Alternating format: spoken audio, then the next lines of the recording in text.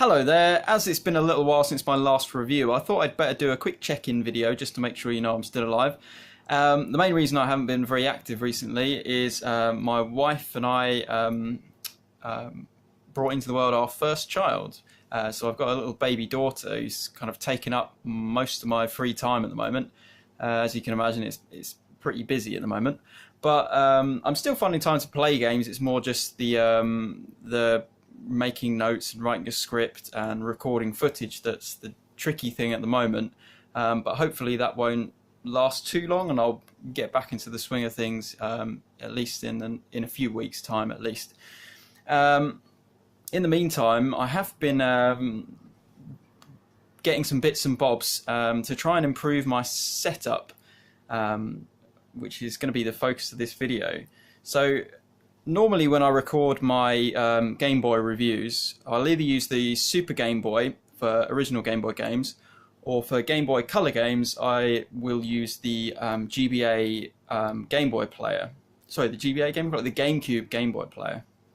And the Game Boy player itself is a really good little thing, but the software that came with it is notoriously not so great. The games kind of look a little bit blurry, the colours are slightly wrong, maybe saturated, or just look a bit off. And there's also some problems with lag as well, which has actually affected some of the times when I've come to record footage with Toka Touring Car racing. That game really requires like very precise steering and timing, and it was really difficult to get any kind of good footage on the Game Boy player on the GameCube, just because the game itself was just like nigh on unplayable on the GameCube. So I looked into it, and lots of people were recommending. Actually, I watched a video. I watched a video on My Life in Gaming, and they recommended in their Game Boy video that getting something called the Game Boy interface, which is a homebrew software which replaces basically the software disk you get with the GameCube Game Boy player. And so I had to buy some things to get it running. This is the main thing, which is an SD media launcher for the GameCube.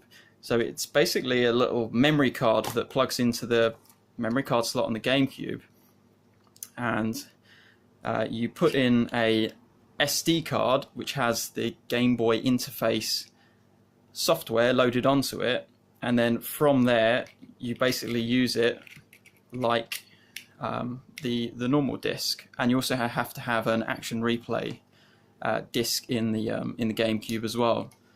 I've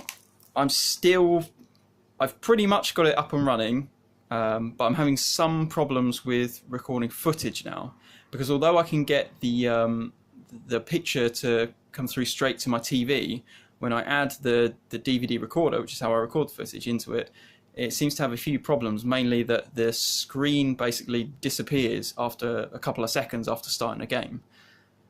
So I'm working on getting that fixed. I think what I'm going to have to do is basically buy a better cable that goes from my DVD to the TV, and I'm hoping that will fix the issue, and then I will actually be able to start recording footage again to get working on my reviews, of which I've got a few in mind. I've got a few games that I've recently played that I wanted to review, and as I say, just with the situation being what it is at the moment, I haven't been able to do so.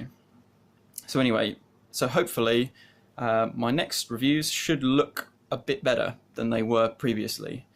And I also just wanted to talk about some other things I've recently picked up. This was a gift from a friend, and it's the Nintendo 64 Anthology book. This was a Kickstarter project to basically bring this huge tome of a book to market. And it is literally just everything you'd ever want to know about the N64. It's a review of every single game, and it also talks about the history of the console, its turbulent journey to market, and its crazy amount of delays, and problems and, you know, triumphs as well. Obviously, it's got a couple of interviews in there, and it's a really, really excellent book if you like N64, which I do. It's one of my favorite consoles. It's one of the consoles that I kind of got most invested in my lifetime. It kind of hit me at just the right age, and it's yeah, I've got a lot of fondness for the N64, and yeah, I thoroughly recommend it. The only thing negatives I would say about it is it was originally a French language book. The author, who is Matt Manet, is a Frenchman, and with the translation, it's maybe not written as well as something that maybe would have been written in first and foremost in English. So sometimes it doesn't read very well. It's, you know, it's perfectly accurate and fine from a, you know, factual point of view, but it's just if the way it's written isn't always the most kind of pleasant or easy thing to read. The second thing I would say about the reviews, I mean, the reviews are they aren't like a compilation. They're not like a Metacritic of reviews at the time, or they're not taking into account anyone other than the author's opinion. So effectively, it's one man reviewing every single game, and some of them I agree with, and then there's the odd one where I think he's either been a little bit harsh or a little bit too generous. But that's to be expected. I think I would have preferred if maybe they would have collated some of the scores from the time, from magazines of the time, or something like that, or just picked little quotes here and there. You know, nevertheless, it's still a very handy resource, as he's quite thorough. So that was really excellent, and it really inspired me to go back and fall in love with my N64 again. So I've been playing a lot of N64 recently, and so I was inspired to finally hook up something I bought in Japan.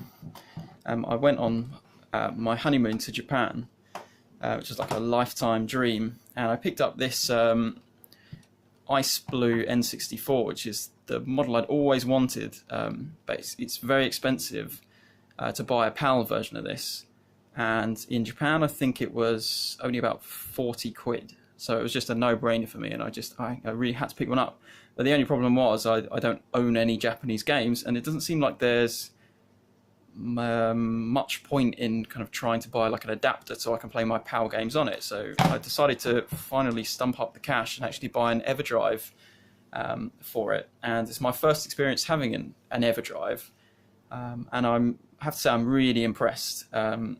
It's basically, if you don't know what an Everdrive is, it's a cart, and you can buy them for pretty much all retro consoles that are cart based, and it's you put an SD card slot in it, and you can put all of your game ROMs on it, and you can basically play ROMs on the actual hardware, and they play exactly as they should.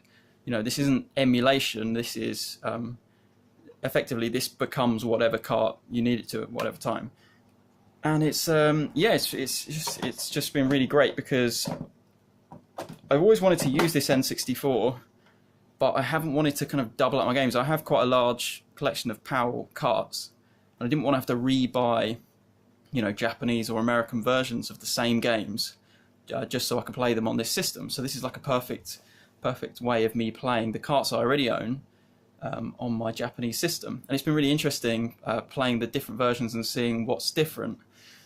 Something, you know, like Mario Kart 64, just the little voiceovers, or the names of the tracks and the names of the characters, just little differences. It's just been really interesting. And also the benefit of a Japanese system is it runs at 60 hertz as opposed to the PAL's 50 hertz, which means the games actually run slightly faster. So something like F-Zero or Mario Kart, it just you get a slightly better experience, which is really exciting.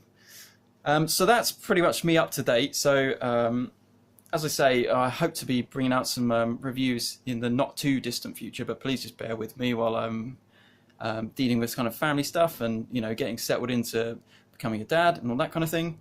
I'm probably before then going to be doing stuff on the WordPress blog, which is timelessgaminguk.wordpress.com, and I'll probably be doing little blogs and articles on there in the meantime if you fancy checking those out. Anyway, thank you very much. I hope you're all having a good new year so far, and I'd love to hear from you in the comments section below to tell me how you're all doing. So I will see you soon. Bye.